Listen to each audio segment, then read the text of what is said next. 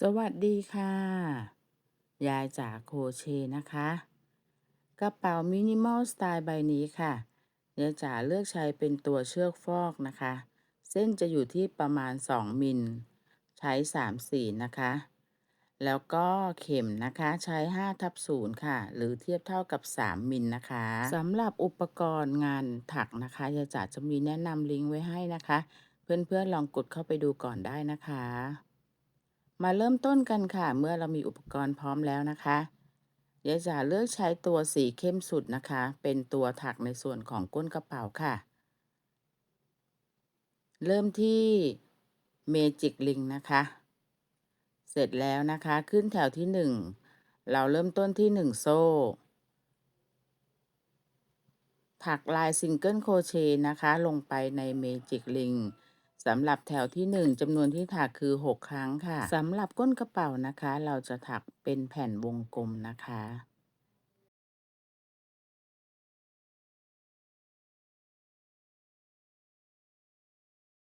เมื่อถักครบ6ครั้งนะคะก็ให้เพื่อนๆทำการรูดปิดรูตรงกลางค่ะแล้วจบงานด้วยการทำสลิปสติ t นะคะหรือเลื่อนห่วงจบแถวค่ะกับหลักที่1ให้แทงเข็มนะคะลงไปในซิงเกิลโครเชต์หลักที่1แล้วเกี่ยวไหมผ่านตลอดค่ะอันนี้เราเรียกการสลิปสติ t นะคะขึ้นต้นแถวที่2 1โซ่แล้วถักลงไปหลักละ2ครั้งด้วยลายซิงเกิลโครเชต์นะคะ เราจะถักวนไปนะคะทั้งหมด6หลักหลักละ12ครั้งเมื่อจบแถวที่2จำนวนหลักก็จะเพิ่มขึ้นเป็น12หลักนะคะ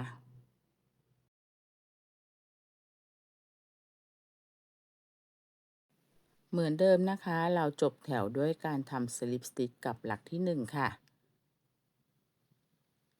แล้วมาต่อกันนะคะแถวที่3ค่ะเราเริ่มต้นนะคะในทุกแถวด้วย1โซ่สำหรับลายแถวที่3นะคะหลักที่1เราจะถักลงไปลายซิงเกิลโครเชต์นะคะหลักที่1เราจะถัก1ครั้ง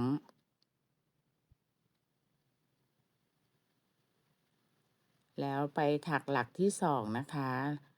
เราจะถักจำนวน2ครั้งลงในหลักที่2ค่ะหลักที่1ครั้งหลักที่2ครั้งนะคะเราจะใช้แพทเทิร์น1 2 1 2วนไปได้ทั้งหมด6ชุดนะคะแล้วถึงจบแถวค่ะ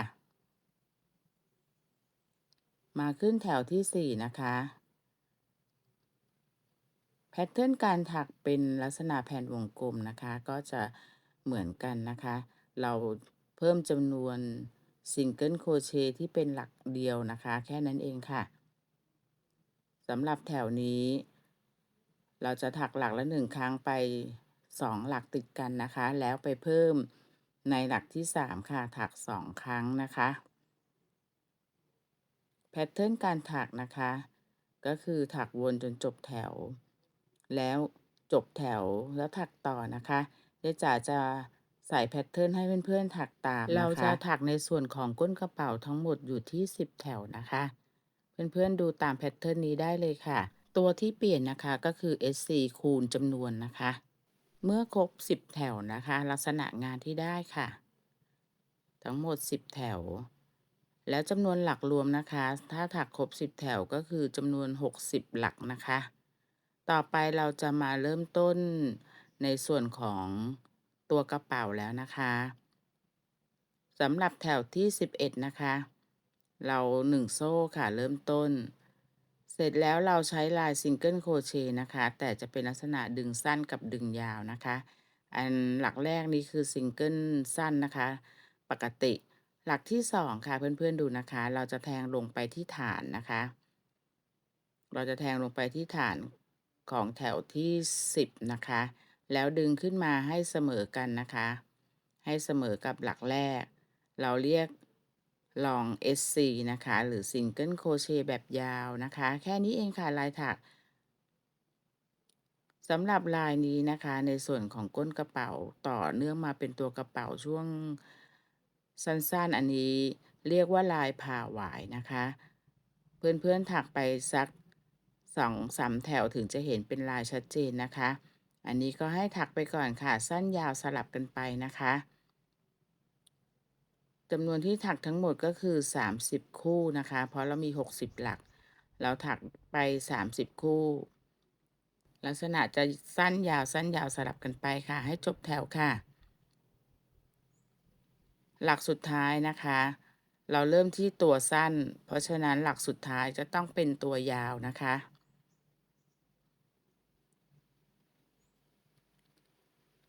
เสร็จแล้วก็จบแถวปกติเลยค่ะกับหลักที่1ค่ะที่เป็น Single Crochet แบบสั้นนะคะให้ Slip Stitch ได้เลยค่ะกับหลักที่1ทั้งหมดนะคะเป็นคู่นะคะสั้นยาวสั้นยาว30คู่จบแถวที่11นะคะมาต่อกันแถวที่12นะคะเริ่มต้นที่1โซ่ค่ะเสร็จแล้วหลักแรกนะคะจะสลับกันนะคะหลักแรกจะเป็นแบบยาวนะคะ Single Crochet แบบยาวดึงขึ้นมานะคะให้เสมอ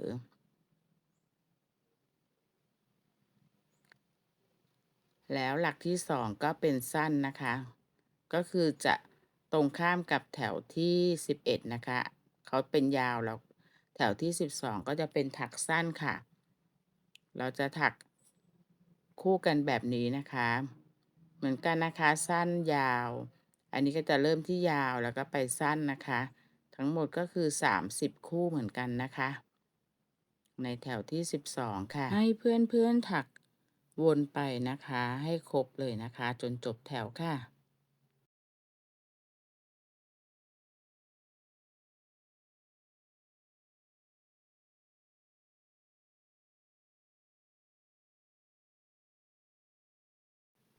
เหมือนเดิมนะคะ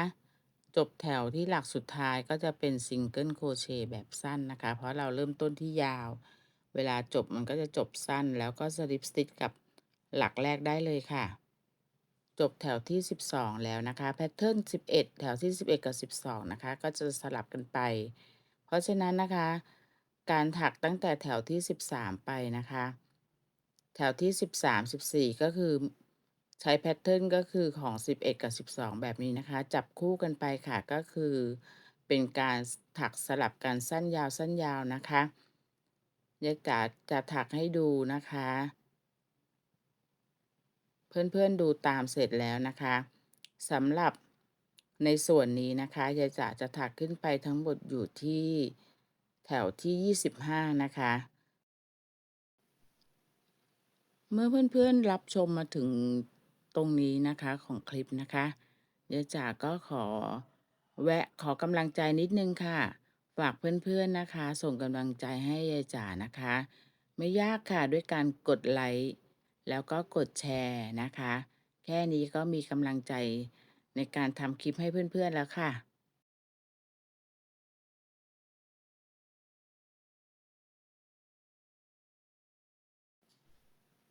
เมื่อถักมาประมาณ3แถวเพื่อนๆก็จะเริ่มเห็นลายชัดเจนขึ้นแล้วนะคะเพื่อนๆถักต่อให้จบแถวค่ะแล้วก็ถักไปจนถึงแถวที่25ได้เลยค่ะเมื่อเสร็จแล้วนะคะ25แถวที่25เราก็ตัดปลายไหมนะคะตัดปลายไหมเสร็จแล้วนะคะให้ใช้ตัวเข็มนะคะมาช่วยเก็บปลายไหมหลักสุดท้ายเข้ากับหลักแรกให้เรียบร้อยสวยงามนะคะ สำหรับเพื่อนใหม่นะคะเดี๋ยวจ๋าขอทักทายนะคะแล้วก็ถ้าเพิ่งเข้ามารับชมแล้วยังไม่ได้กดติดตามนะคะหรือกด Subscribe นั่นเองเพื่อนๆอย่าลืมกดไว้ด้วยนะคะพร้อมกระดิ่งแจ้งเตือนเพื่อที่จะได้ไม่พลาดเวลาที่ยายจ๋าลงคลิปใหม่ๆนะคะ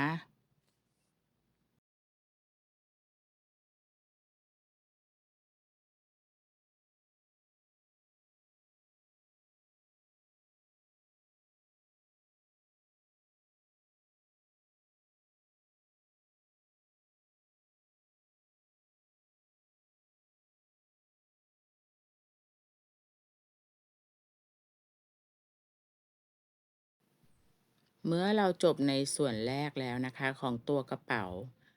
เดี๋ยวเราจะมาต่อกันนะคะ ในส่วนที่2ค่ะเราจะเปลี่ยนลายนะคะสำหรับส่วนนี้ยะจ๋าวัดขึ้นมานะคะอยู่ที่ประมาณ2นิ้วกับอีกเศษ1/4นะคะนิ้วนะคะอันนี้วัดเป็นนิ้วเรามาใช้สีที่2ค่ะสำหรับแถวต่อไปนะคะเราจะ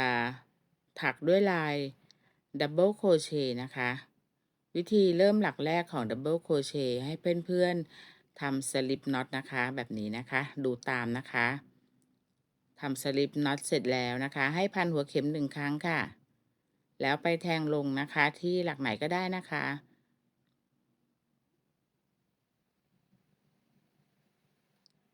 เสร็จแล้วนะคะเกี่ยวไหมขึ้นมาแล้วปลดทีละ2ห่วงค่ะก็คือเป็นลาย Double Crochet 1ครั้งแล้วนะคะ1หลักแล้วก็ถักต่อค่ะเราจะถักลาย Double Crochet นะคะสำหรับแถวที่26เราจะถักทั้งหมดได้อยู่ที่จำนวน60หลักนะคะให้เพื่อนๆถักลาย Double Crochet นะคะจำนวนทั้งหมดคือ60หลัก สำหรับเทคนิคนะคะการถักงานให้สม่ำเสมอความสูงนะคะเพื่อนๆก็ต้องดูตำแหน่งที่เราดึงไหมไปนะคะที่เข็มนะคะว่าเราดึงไปที่ตำแหน่งตรงไหนนะคะเราก็จะต้องใช้ตำแหน่งเดียวกันนะคะผลงานถึงจะออกมาเสมอสม่ำเสมอกันนะคะเมื่อเราถักมาถึงหลักสุดท้ายค่ะ หลักที่60เสร็จแล้วนะคะก็ให้ทำการจบแถวค่ะเราจะมาจบกับแถวที่หลักที่2นะคะแล้วก็สลิปสติชค่ะเสร็จแล้วยังไม่ตัดไหมนะคะเราจะสลับสีแถวต่อไปเราจะถักเป็นลายสี่เหลี่ยมนะคะเราจะถักส่วนแรกก่อนนะคะครึ่งหนึ่งของสี่เหลี่ยมก่อนนะคะเราก็ทำสลิปน็อตเหมือนกันค่ะเพื่อเป็นการล็อกปลายไหมเท่านั้นเองนะคะอันนี้เสร็จแล้วนะคะเพื่อนๆมาแทงลงในหลักนี้นะคะเพื่อนๆดูตามนะคะแล้วเกี่ยวไหมมาเสร็จแล้วล็อกด้วย1โซ่ค่ะแล้วให้ถักลาย Double Crochet นะคะแล้วเกี่ยวไหมนะคะดูตำแหน่งที่เกี่ยวนะคะเดี๋ยวจ๋าเกี่ยวที่ลายแถวที่เป็นลายผ่าหวายนะคะตรงนี้นะคะที่เป็นแถที่เป็นหลักที่เป็นตัวยาวนะคะแล้วดึงมาค่ะเพื่อนๆต้องดึงขึ้นมาให้สูงเลยแถวที่เป็น Double Crochet นะคะไม่งั้นเขาจะย่นนะคะเสร็จแล้วเราก็จะถัก Single Crochet นะคะหลักละ1ครั้งนะคะเราจะถักไป2หลักค่ะ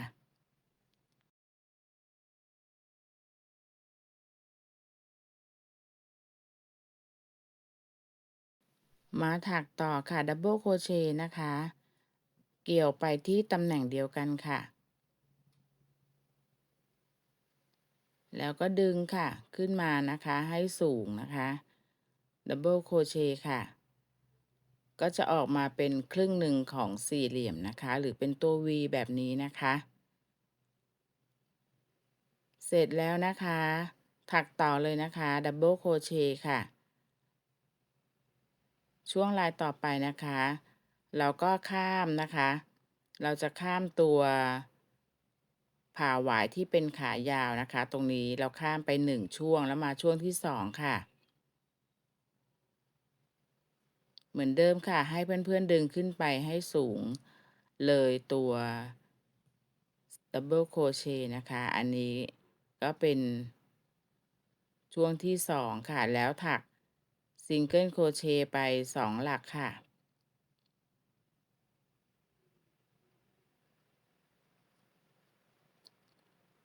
มาต่อนะคะ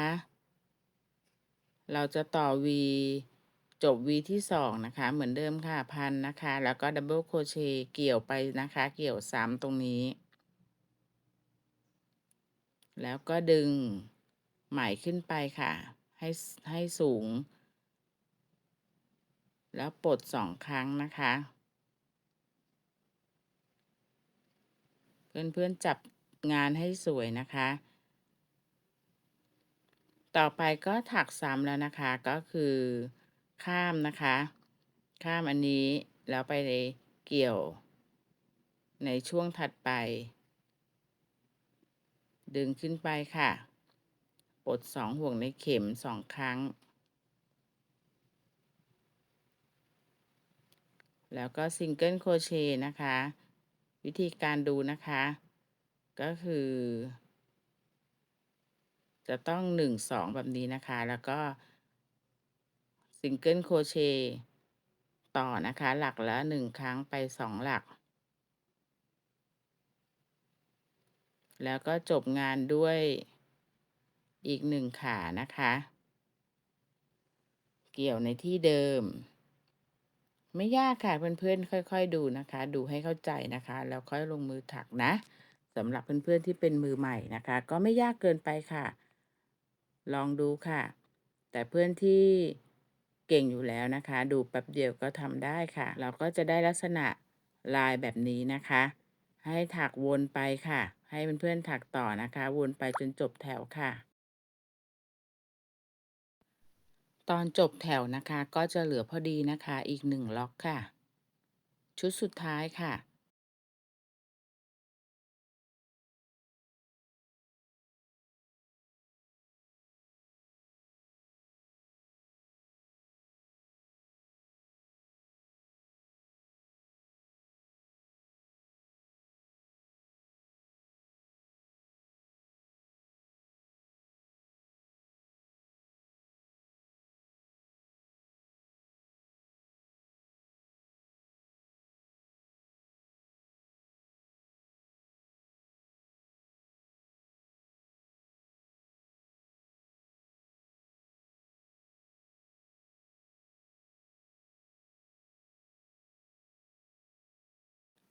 มาดูขั้นตอนการเชื่อมกับชุดแรกนะคะตรงนี้เราก็แทงลงไปที่หลักแรกเลยนะคะแล้วก็เลื่อนห่วงได้เลยค่ะจบแถวนะคะในส่วนของแถวนี้เราก็ค้างไหมไว้นะคะเพื่อนๆใช้มาร์กเกอร์กัดไว้นิดนึงค่ะกันไหมเลื่อนหลุด เสร็จแล้วนะคะเมื่อเราเสร็จ2สีสลับกันแบบนี้แล้วเราก็จะย้อนกลับมาเดี๋ยวเราจะย้อนกลับมาถักในส่วนของสีที่เป็นสีส้มอ่อนนะคะตรงนี้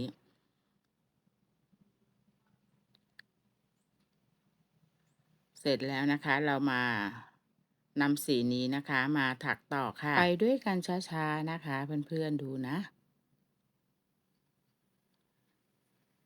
สำหรับช่วงแรกของการที่เปลี่ยนสลับสีนะคะอาจจะดูยุ่งยากนะคะแต่เดี๋ยวเพื่อนๆดูไปสักพักหนึ่งนะคะไปอีกสัก2แถวนะคะก็จะเห็นว่าการต่อสีเนี่ยง่ายนะคะตรงนี้นะคะเมื่อเราได้สีที่สีส้มอ่อนตรงนี้นะคะเราก็กลับไปถักลายตัวดับเบิลโครเชต์นะคะ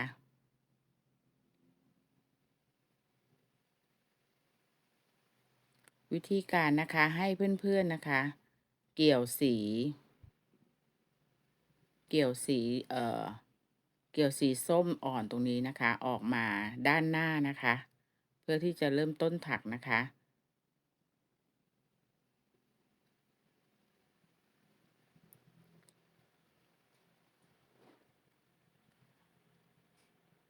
แล้วเราก็เริ่มต้นแบบนี้นะคะเป็น1หลักแล้วนะคะหลักต่อไปนะคะเราก็ถักลงบนหลักที่เป็นสีขาวนะคะตรงนี้ก็คือถักลายดับเบิลโครเชต์นะคะหลักละ1ครั้งนะคะในส่วนของสีส้มนี่เราก็จะถักเป็นลายดับเบิลโครเชต์นะคะแถวถักลงไปหลักละ1ครั้งเหมือนกันค่ะทั้งหมดก็คือ60หลักนะคะให้เพื่อนๆถักวนไปได้เลยนะคะจนจบแถวนะคะดูจากในคลิปนะคะ ลักษณะก็คือแทงลงไปหลักละ1ครั้งนั่นเองนะคะเป็นการตั้งฐานเดี๋ยวแถวต่อไปเราจะมาถักในส่วนของสี่เหลี่ยมอีกครึ่งหนึ่งที่เหลือนะคะให้เพื่อนๆถักต่อให้จบแถวนะคะ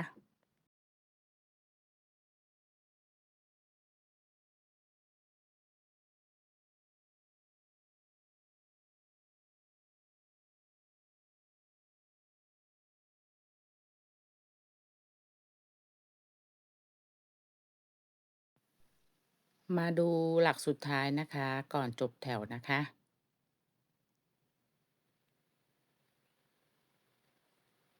ในส่วนของ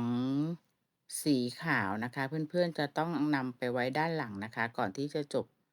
แถว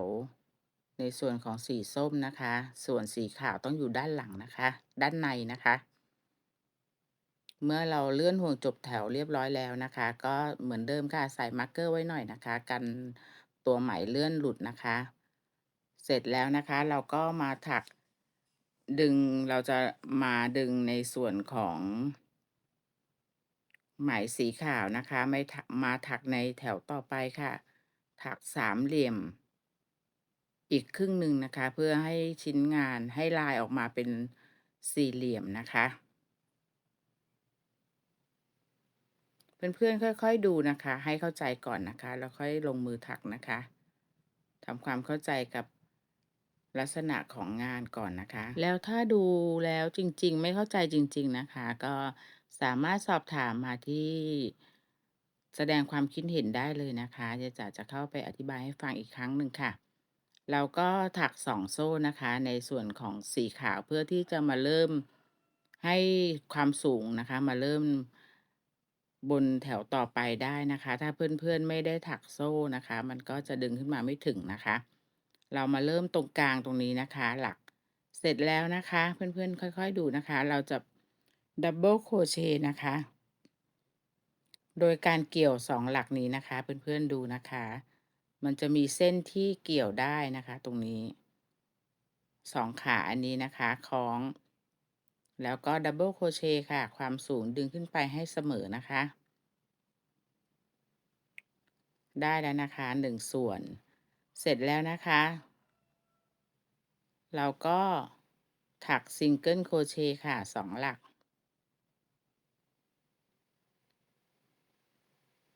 แล้วเราก็จะปิดนะคะจะปิดลายด้วยดับเบิลโครเชต์นะคะอีก1ครั้งค่ะเกี่ยวลงไปในตำแหน่งเดิมนะคะแล้วดึงขึ้นมาให้เสมอกันดับเบิลโครเชต์ค่ะปลด2ห่วงนะคะ2ครั้งเพื่อนๆค่อยเริ่มเห็นแล้วนะคะทีนี้เราจะมาปิดให้เห็นสี่เหลี่ยมที่1นะคะสี่เหลี่ยมแรกนะคะจะได้เห็นลายแล้วนะคะว่าเป็นสี่เหลี่ยมยังไงค่อยๆเกี่ยวนะคะเส้นเดียวนะคะฝั่งละ1เส้นนะคะเพราะถ้าเราเกี่ยวเยอะกว่านั้นแล้วงานจะลังขึ้นไปนะคะเราจะเกี่ยวที่ขาละ1เส้นนะคะ2ขาคล้องแบบนี้แล้วก็ดึงขึ้นไปค่ะเพื่อนๆดูนะคะจบสี่เหลี่ยมที่1แล้วนะคะเริ่มเห็นลายสี่เหลี่ยมแล้วนะคะ แล้วก็ต่อด้วยซิงเกิลโครเชต์ค่ะ2หลัก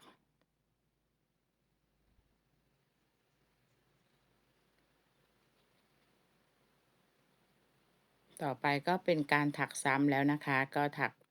เหมือนเดิมค่ะ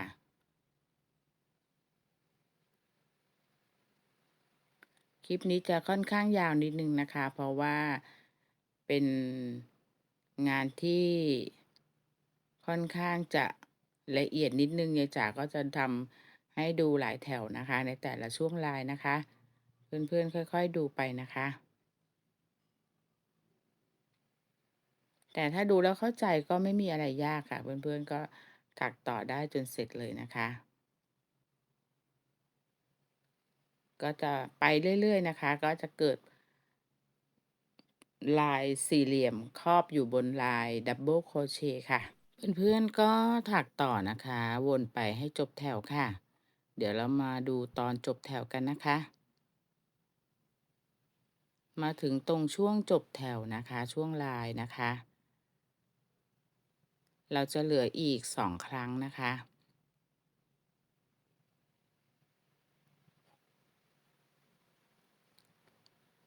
อันนี้จะเป็นช่วงลายสุดท้ายแล้วนะคะ ก่อนจบแถว แล้วก็เสร็จไปหนึ่งขานะคะ ทีนี้วิธีสำหรับแถวนี้นะคะที่จะมาจบกับหลักแรกนะคะก็เหมือนกันค่ะ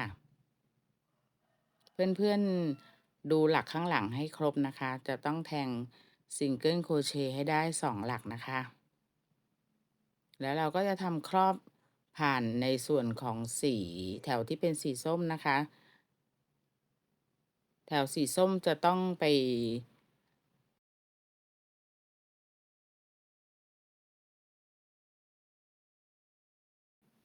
ตรงนี้ต้องอยู่ข้างในนะคะแต่เพื่อนๆก็ดูหลักให้ดีนะคะ จะต้องมี2หลักให้เราถักซิงเกิลโครเชต์ได้นะคะ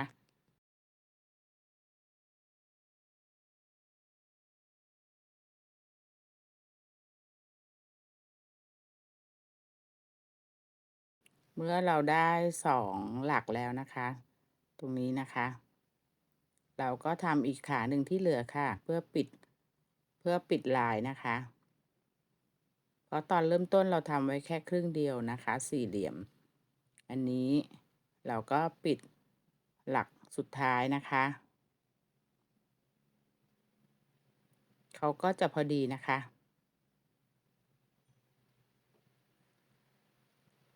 เรียบร้อยแล้วเราก็จบแถวกับหลักที่1ได้เลยค่ะ เมื่อจบแถวนี้นะคะเราเห็นลายสี่เหลี่ยมชัดเจนแล้วนะคะ ตรงนี้เพื่อนๆก็เหมือนเดิมค่ะ เราใส่มาร์กเกอร์ไว้ใส่มาร์กเกอร์คล้องไว้นะคะเพื่อไม่ให้ตัวปลายไหมเขาเลื่อนหลุดนะคะ เพราะเราจะต้องถักสลับสีกันแบบนี้ขึ้นไปจนได้ความสูงที่เราต้องการนะคะ เราก็มาต่อกันนะคะยายจ๋าทำให้ดูอีกค่ะ ตอนนี้เราก็จะมาถักในส่วนของสีส้มค่ะ ซึ่งจะเป็นแถวที่เราจะถักลายดับเบิลโครเชต์นะคะ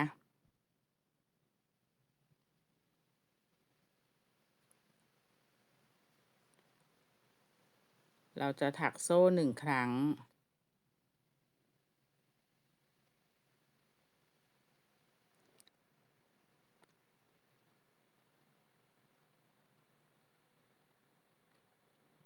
แล้วเราก็เกี่ยวมานะคะ เกี่ยวมาด้านหน้า เราจะเกี่ยวมาด้านหลักข้างหน้านะคะ แล้วสำหรับแถวนี้นะคะยายจ๋าจะเปลี่ยนมาเป็นขึ้น3โซ่แทนดับเบิลโครเชต์1ครั้งนะคะ เพื่อให้ง่ายขึ้นนะคะ แถวนี้นะคะเพื่อนๆถัก3โซ่เป็นแถวเป็นหลักแรกนะคะ เสร็จแล้วเราก็ต่อด้วยดับเบิลโครเชต์ได้เลยตามปกติค่ะ อีก59หลักนะคะก็ถักวนไป ซึ่งรวมกับ3โซ่ในหลักแรกเท่ากับเราก็ต้องถักลายแถวนี้60หลักนะคะเท่ากันค่ะ ในส่วนของสีขาวนะคะต้องอยู่ด้านในนะคะ ตัวปลายไหมต้องอยู่ด้านในนะคะ เพื่อนๆถักต่อให้จบแถวได้เลยค่ะ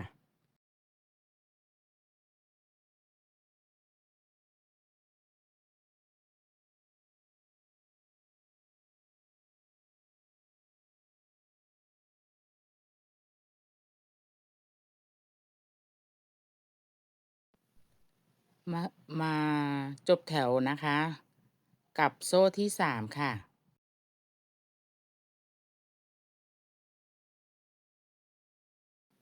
เสร็จแล้วก็อย่าลืมนะคะเพื่อนๆนำมาร์กเกอร์มาคล้องไว้นะคะ ไม่ให้ไหมเลื่อนหลุดไปนะคะ เราก็กลับมาถักในส่วนของสีขาวนะคะ สีขาวเดี๋ยวยายจ๋าถักให้ดูอีก1แถวนะคะ วิธีการนะคะเหมือนเดิมค่ะ เราก็นำมาร์กเกอร์ออกนะคะ วิธีที่เราจะทำให้สีขาวขึ้นมาสูงเพื่อที่จะมาถักต่อแถวต่อไปนะคะให้เพื่อนๆถักโซ่นะคะเราจะถักขึ้นมานะคะถักโซ่ขึ้นมา2 โซ่นะคะเพื่อให้ความสูงเขาขึ้นมาเสมอกับตัวแถวสีส้มนะคะถ้าไม่ถักขึ้นมาเวลาไหมอยู่ข้างในก็จะดูไม่สวยนะคะแล้วก็มาหาตำแหน่งนะคะตรงนี้เพื่อนๆดูนะคะตำแหน่งที่เราจะเกี่ยวไหมสีขาวออกมาถักด้านหน้านะคะตรงนี้แล้วก็ถอยไปนะคะหลักนี้ให้เพื่อนๆเกี่ยวสีขาวออกมาค่ะแล้วล็อกไว้ที่1 โซ่นะคะเสร็จแล้วเราจะเริ่มต้นถักนะคะเราจะถักลายสี่เหลี่ยม วิธีถักก็จะซ้ำแล้วนะคะก็คือการเกี่ยวแบบนี้นะคะขาละ1 เส้นนะคะ2 ขาแล้วก็ดึงขึ้นไปให้เสมอนะคะความสูงแล้วปลดด้วยลายดับเบิลโครเชต์นะคะก็คือปลดทีละ2 ห่วง 2 ครั้งก็จะได้1 ขานะคะเสร็จแล้วก็ซิงเกิลโครเชต์นะคะเพื่อนๆดูหลักข้างหลังนะคะนับนะคะแล้วก็ซิงเกิลโครเชต์ตรงนี้คือ1นะคะเราจะเว้นมาแล้วก็มาถักหลักถัดไปนะคะซิงเกิลโครเชต์2 ครั้งค่ะหลักละ1 ครั้งนะคะ2 หลัก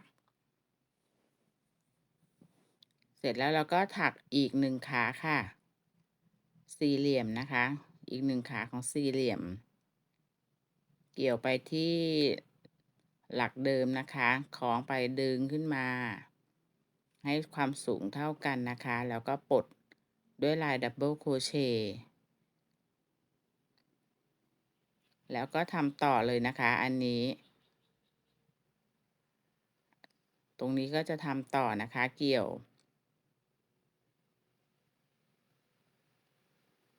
ถ้าเพื่อนๆถักมาได้จนถึงแถวนี้นะคะก็น่าจะถักต่อได้แล้วนะคะไม่ยากจนเกินไปค่ะเพื่อนๆก็จะเห็นลายชัดขึ้นไปอีกนะคะข้าม2นะคะ1 2แล้วก็ไปถักลงเพื่อนๆดูนะคะข้าม2เท่ากับข้างหน้านะคะ1 2จำนวนหลักต้องเท่ากันนะคะไม่งั้นสี่เหลี่ยมของเพื่อนๆจะโยไปโยมานะคะแล้วก็ซิงเกิลโครเชต์หลักละ1 ครั้งไป2 หลัก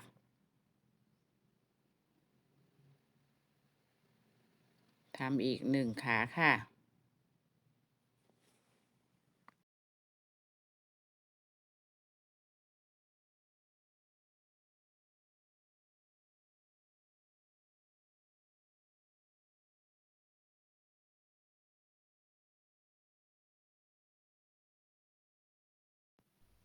ยายจ๋าจะทำให้ดูถึงตรงนี้นะคะแล้วเพื่อนก็ถักต่อคิดว่าน่าจะทำต่อได้แล้วนะคะส่วนความห่างของการเริ่มต้นหลักแรกนะคะของสีขาวกับสีส้มเขาจะห่างกันออกไปเรื่อยๆนะคะในการนำมาเริ่มต้นใหม่เมื่อเสร็จแล้วนะคะได้ความสูงที่เราต้องการนะคะยายจ๋าจะถักขึ้นมาสูงแล้วลองใส่โทรศัพท์มือถือได้นะคะยายจ๋าก็จะหยุดอยู่ตรงนั้นนะคะความสูงจะถักขึ้นไปจนถึง6 นิ้วครึ่งนะคะถ้าเพื่อนๆต้องการสูงกว่านี้หรือสูงน้อยกว่านี้ก็ดูจำนวนแถวที่จะถักได้เลยนะคะเสร็จแล้วเราก็จะมาจบตรงขอบปากกระเป๋าเก็บงานนะคะเป็นการเก็บขอบให้เรียบร้อยค่ะเดี๋ยวจ๋าจะจบด้วยลายซิงเกิลโครเชต์1 แถวนะคะวิธีการซิงเกิลโครเชต์นะคะก็ปกติเลยค่ะ1 โซ่แล้วก็ถักลายซิงเกิลโครเชต์ค่ะหรือควักธรรมดานั่นเองถักไปทั้งหมดนะคะใน1 แถวก็คือ60 หลักค่ะ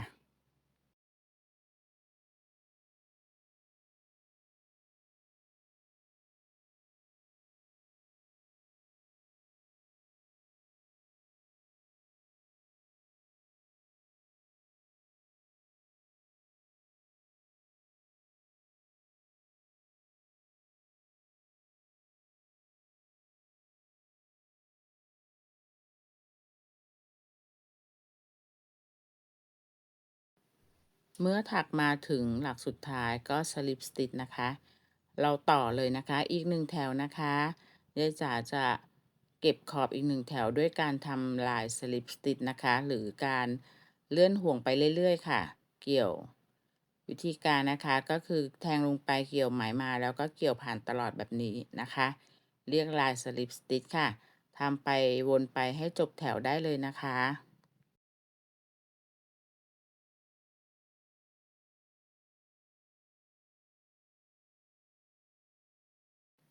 เมื่อเราจบแถวเรียบร้อยแล้วนะคะก็ตัดปลายไหมได้เลยค่ะถักมาจนถึงหลักสุดท้ายนะคะให้เพื่อนๆตัดปลายไหมแล้วใช้เข็มมาเป็นตัวช่วยเก็บปลายไหมนะคะหลักสุดท้ายเข้ากับหลักแรกนะคะเก็บให้เรียบร้อยค่ะ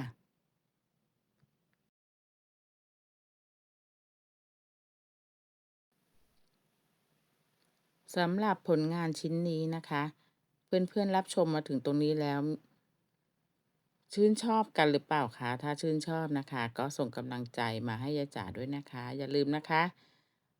ฝากเพื่อนๆนะคะกดไลค์กดแชร์นะคะส่งกำลังใจให้ยายจ๋าด้วยนะคะสำหรับเพื่อนใหม่ค่ะอย่าลืมนะคะถ้ายังชื่นชอบนะคะอยากเห็นคลิปอื่นๆด้วยนะคะอย่าลืมกดติดตามนะคะพร้อมกระดิ่งแจ้งเตือนนะคะเพื่อที่จะได้ไม่พลาดเวลาที่ยายจ๋าลงคลิปใหม่ๆนะคะ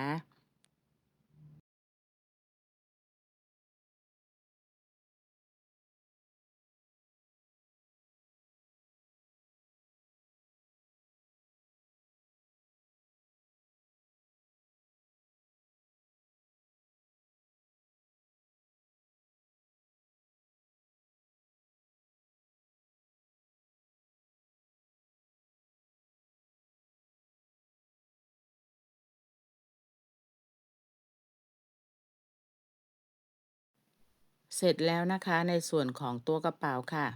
เดี๋ยวขั้นตอนต่อไปเราจะมาทำในส่วนของฝาครอบกระเป๋านะคะตรงนี้นะคะเริ่มต้นค่ะเราก็ทำตัวสลิปน็อตนะคะหรือปมนะคะแล้วให้ถักโซ่ค่ะให้เพื่อนๆถักโซ่ไปนะคะความยาวก็คือ15โซ่ค่ะ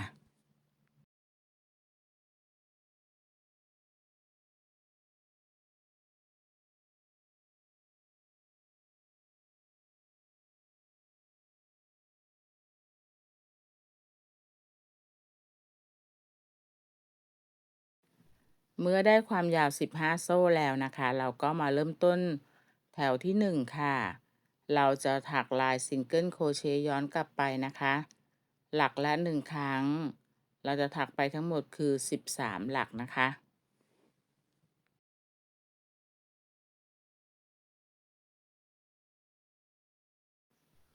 เมื่อมาถึงหลักมุมตรงนี้นะคะเหลือ1หลักเราจะถักซิงเกิลโครเชต์ลงไปทั้งหมดในหลักมุมนี้นะคะ3ครั้งค่ะ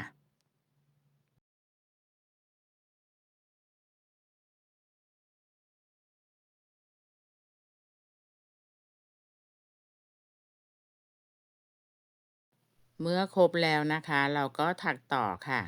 หลักละ1ครั้งเราก็จะถักต่อไปทั้งหมดอยู่ที่13หลักนะคะจนถึงหลักสุดท้ายตรงนี้ค่ะ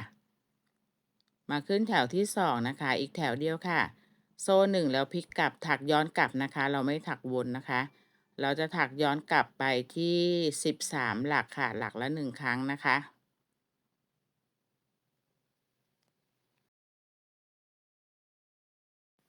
มาถึงหลักมุมค่ะ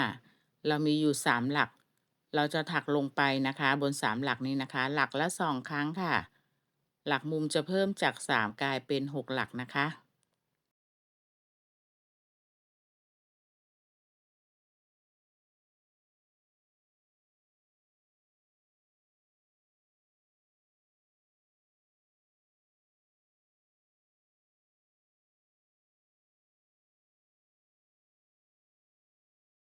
เมื่อถักหลักมุมครบนะคะก็ถักต่อได้เลยค่ะที่เหลือนะคะ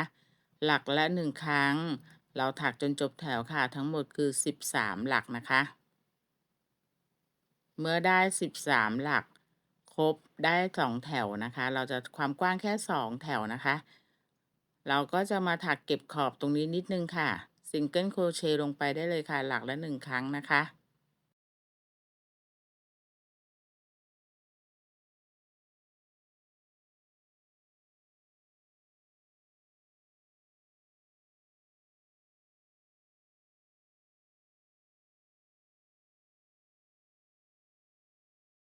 เสร็จแล้วนะคะก็ให้เพื่อนๆเผื่อปลายไหมไว้นิดหนึ่งนะคะสักประมาณฟุตหนึ่งก็ได้ค่ะเพื่อที่จะนำไปเย็บติดกับตัวกระเป๋านะคะเราได้แล้วนะคะตัวฝาครอบอันเล็กๆค่ะแผ่นเล็กๆเสร็จแล้วเดี๋ยวเราจะมาติดแบบนี้นะคะ สำหรับฝาครอบตรงนี้นะคะแผ่นชิ้นนี้ยายจ๋ามีเสริมนิดนึงนะคะจะใช้เป็นกระดุมแม่เหล็กแบบสอย4ขา